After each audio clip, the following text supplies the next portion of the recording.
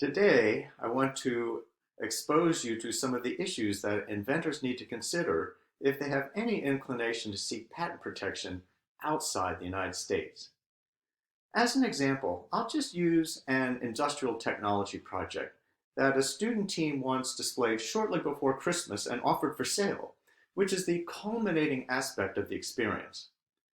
There are always barbecue tools, fire pits, trailer hitches, but one that caught my eye was a drip irrigation system for potted plants.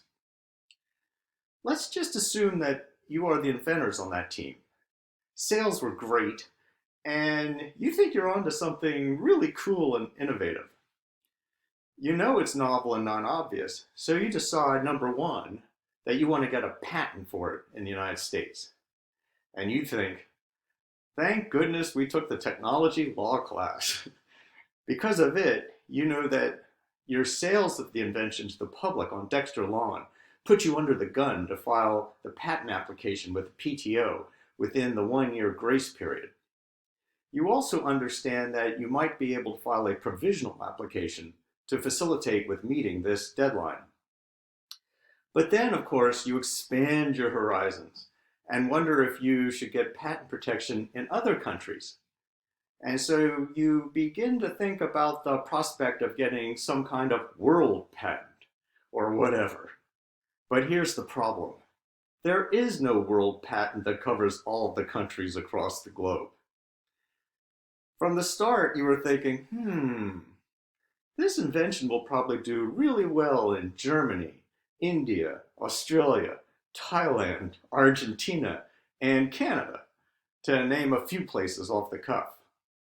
Well, here's the bad news. You will have to file patent applications in each of those nations separately, probably with the help of local attorneys, clearly for boatloads of money, and meet the individual patent laws and standards that have been established under the laws of each country. And the fact is, you don't really know all the countries that may someday interest you.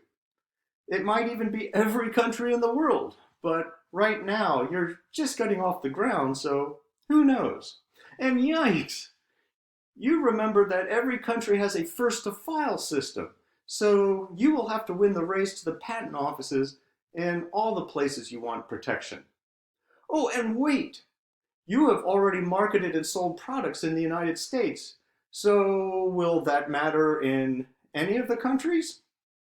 I mean, you know you have 1 year to file here in the United States, but do other countries give you that long? Maybe your US sales don't even count as prior art overseas. Wouldn't that be nice? I don't want you to overly panic, but here you were, selling on Dexter Lawn, thinking more about passing your class than someday getting patents, and now I'm telling you that you may have blown numerous opportunities because you didn't think ahead.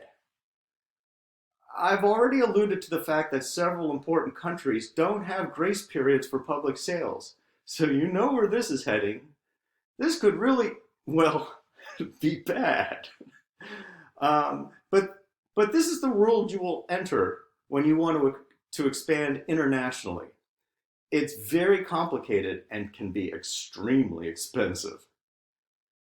My goal here is to highlight some of the similarities and differences you may find with the patent laws in various countries.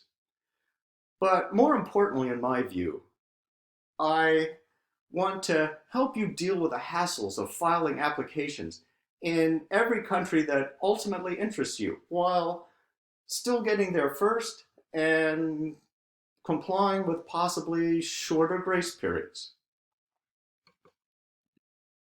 To start, I want to focus on some of the similarities and differences you may find in the patent laws in other countries.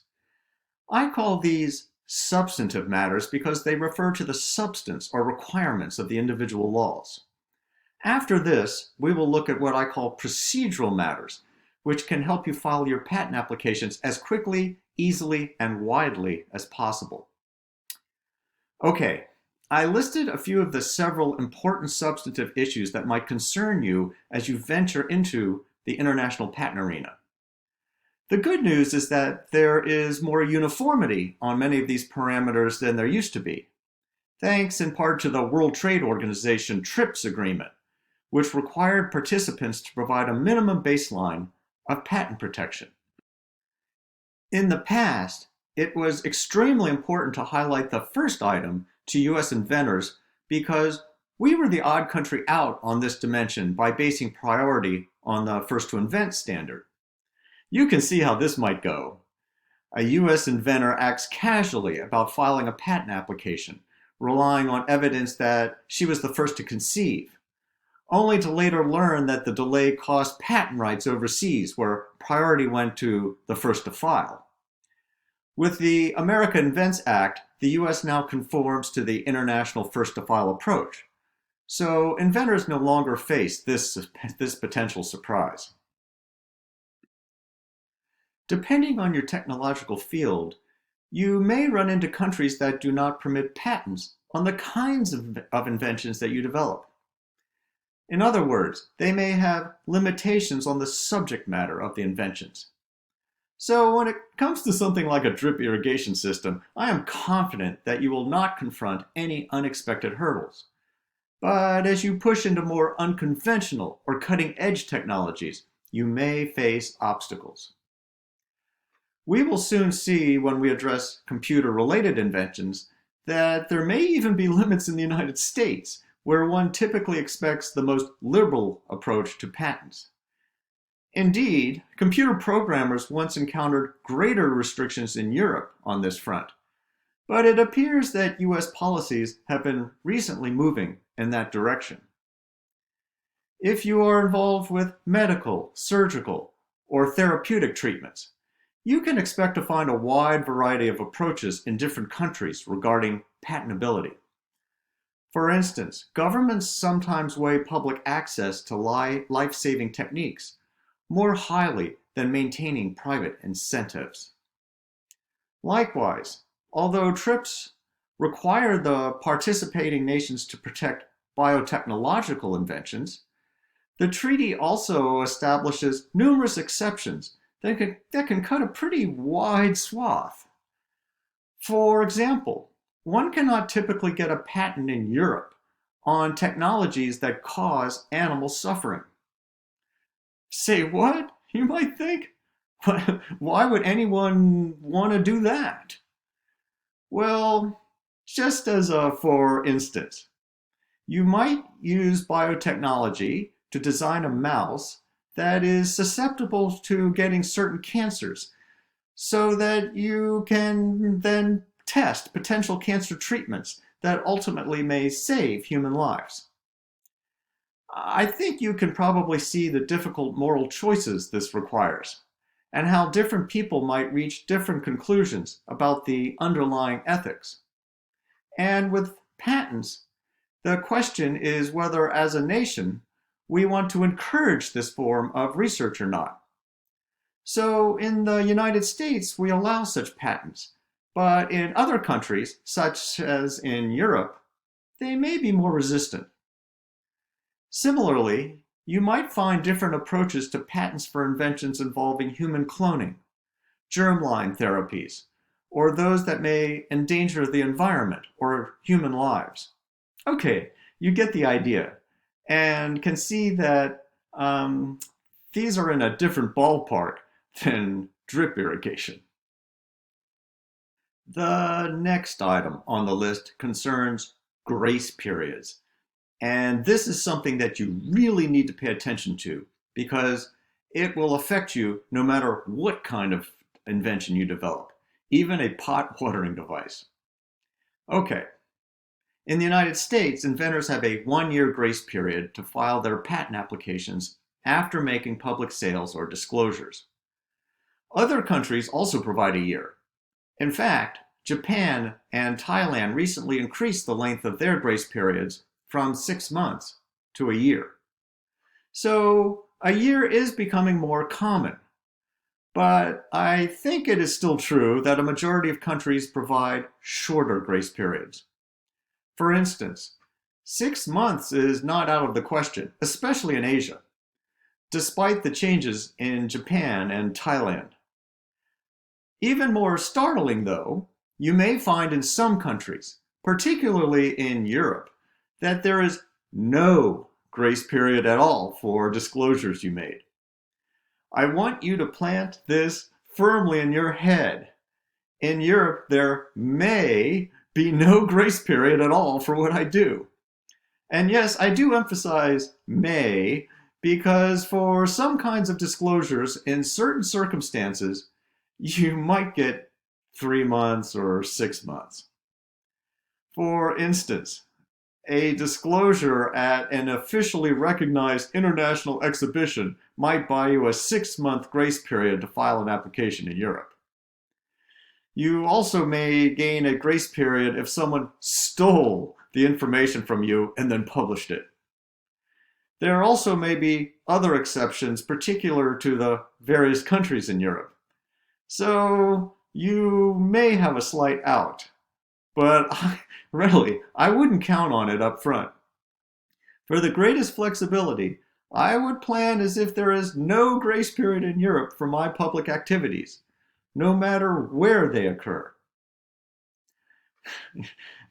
So if you catch me hyperventilating a little bit here, it's because all of this starts to get a little bit overwhelming.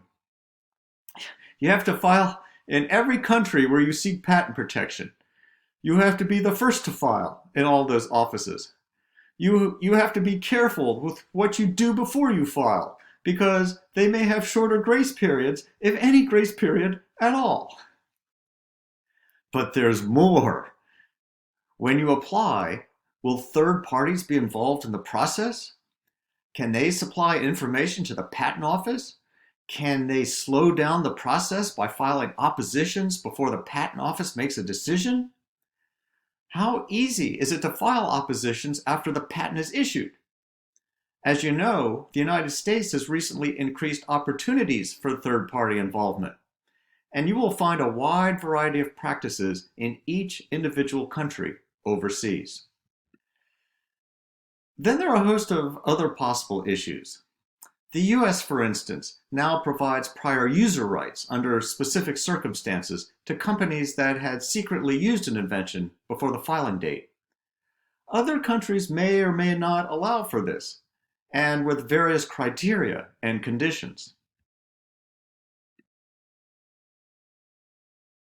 Also, some countries may require a patent holder to license its technology to local firms for a royalty that you will think is far too low. This is a practice called compulsory licensing, and it was a major topic with TRIPS, which limited but did not eliminate its use. When might you expect to encounter it? Most likely in situations where the products are needed to address public health issues in lesser developed countries, but you can never be sure. You know, I keep mentioning TRIPS and how it has made standards at least a little more uniform and allows US inventors to have some degree of predictability about getting patent protection in other lands. You may remember that President Trump once complained bitterly about the World Trade Organization, claiming that it was unfair to US interests and that we should pull out of the agreement. A lot of that rhetoric was about industrial products and tariffs. But you should always keep in mind how important TRIPS and its enforcement via the WTO can be for US inventors operating in other markets. You know the expression, the cure can be worse than the disease. Well, that might be the situation here. I guess I have already tipped you off that I think it is extremely important to figure out what steps you might take to help you file applications effectively in all of the countries that you may someday wish you had a patent. For each of them, you will have to be the first inventor to file, and you will have to make sure that your disclosures prior to filing don't run afoul of their grace periods, if they have one at all. Remember, there is no office to obtain a worldwide patent, and filing your US patent doesn't automatically count as filing in all the other lands. Nope. You will have to meet the standards of each country, and do so by ultimately filing separate applications in each. So let's get back to our IT project that we are about to sell on Dexter Lawn. Suppose you think that maybe someday you might want to have patent rights in Germany. How are you going to handle that? What if you asked me and I told you that Germany doesn't have a grace period for public sales, even if they take place outside of Germany, including in the US, on Dexter Lawn? Are you going to race to Germany and file an application before you even display your project, just to make sure you preserve any possible patent rights there? And by the way, that might mean retaining local legal counsel in Germany and translators and paying Germany's patent application fees. And that's just Germany. The same issues will arise with all the other countries on the horizon. Oops, there I go hyperventilating again. So I do want you to breathe and try to relax. There are a couple of things that can help tone this down a little bit. One is the Paris Convention, and the other is the Patent Cooperation Treaty. Let's start with the Paris Convention. So almost every country is a member of the Paris Convention, and here's the benefit it provides. Let's say you file a patent application for the drip system in the United States. If you file a patent application in any other member country, let's say Germany, within 1 year, then the patent office in Germany will treat your application as if it had been filed in Germany on the day that you filed the application in the US. We call this the effective filing date, which may be as much as 1 year earlier than the actual filing date in Germany. Just to put some dates on this to help clarify, assume you file a patent application in the United States on November 24th, 2020. You then file a patent application in Germany on October 12th, 2021. Since this is within 1 year, then the effective file date in Germany is November 24th, 2020. Think about how this may help you retain your patent rights in Germany.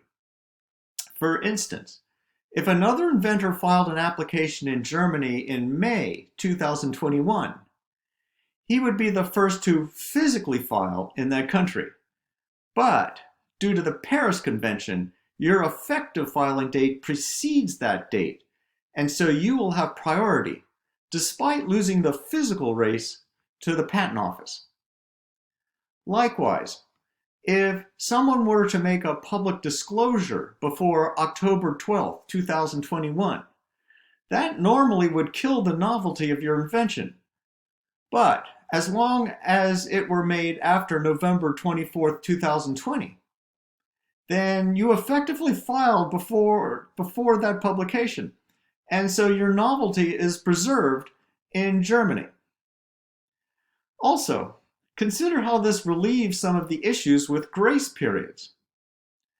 Let's assume Germany has no grace period for public sales.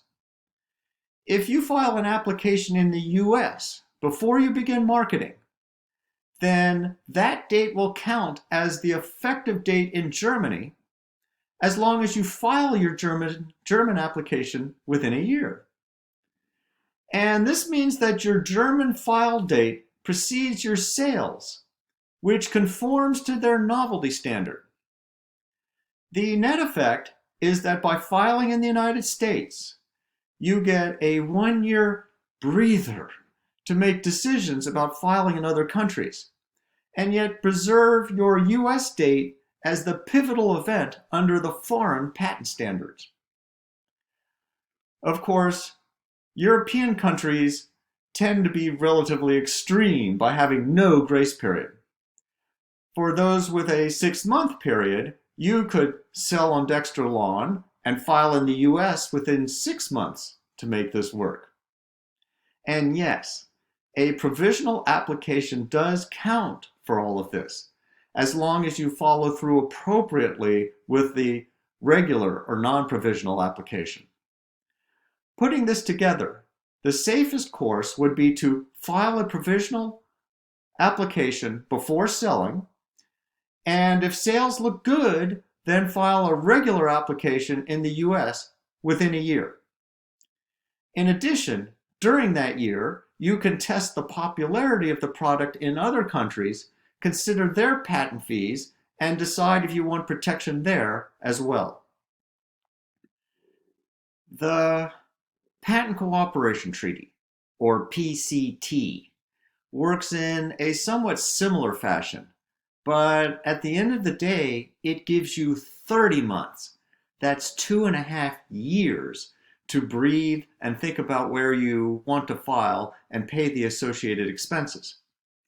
For this reason, I would recommend that early on in your invention process, you discuss the potential benefits of filing under the PCT with your patent attorney. If you take the proper steps by filing appropriately in the United States, you can take the extra time to test the viability of your invention on all of the member countries.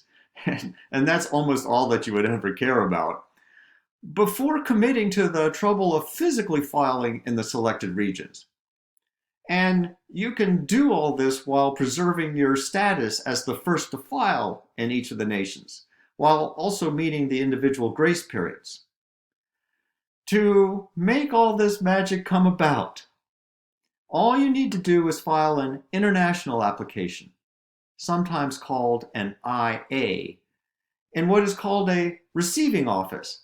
And fortunately, the United States Patent and Trademark Office serves as one. You also can file the application in English, so you won't need any translations at the outset. The overall concept is that the priority file date of the international application will count as the effective file date in all the member countries, as long as you file the individual national applications within 30 months of that IA file date. And bear with me here, but I use the term priority date for the IA filing because you can actually use it in conjunction with a provisional application. What this means is if you file the IA within 1 year of the provisional, then the IA filing date will be treated as if it were the provisional date. And yes, I definitely want to avoid getting too deep into the weeds, but filing the IA at the PTO can satisfy the need to finish off the provisional, so you won't also have to file a regular US patent application. Don't worry about this. Leave it to your lawyer. Just get the general idea. You can file a provisional, then file an IA at the United States Patent and Trademark Office within a year, and then file national applications within 30 months of the provisional. In this event, the effective filing date in the selected countries will be the provisional file date, which can be a really nice way to address first to file and grace period concerns. And again, this is for your lawyer, but there are other ways to go about this. For instance, you can file a regular application in the US first, and that can serve as the priority date of the international application if the IA is filed within a year. Just realize there are many different avenues you can follow for incorporating an IA within an international patent strategy.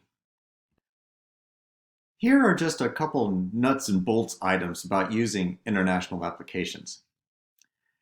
You are going to file the IA in the US with the Patent and Trademark Office. There are going to be extra fees for several components of the process. And even if you are a micro entity, they will ultimately exceed $2,000.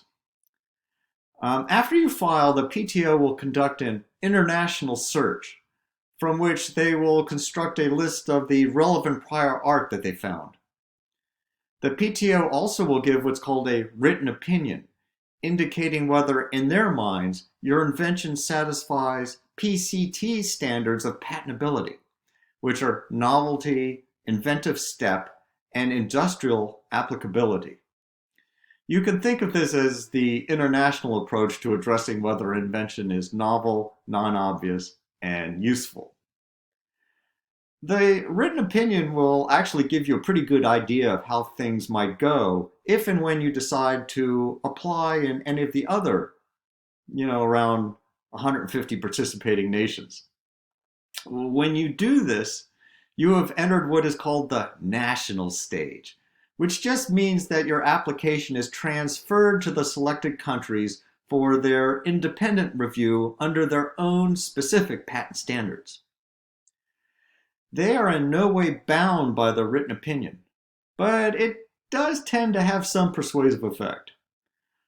Also, you must file nationally within 30 months of your IA priority filing date to preserve that date within the country.